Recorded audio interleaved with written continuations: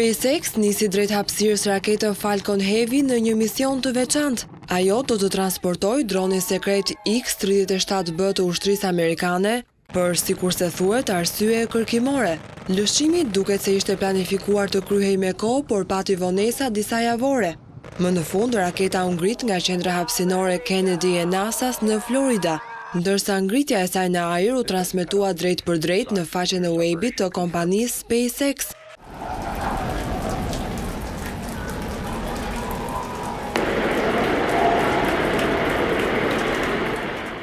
Ky është misioni i 7 i anijes pa ekuipazh që funksionon në mënyrë autonome.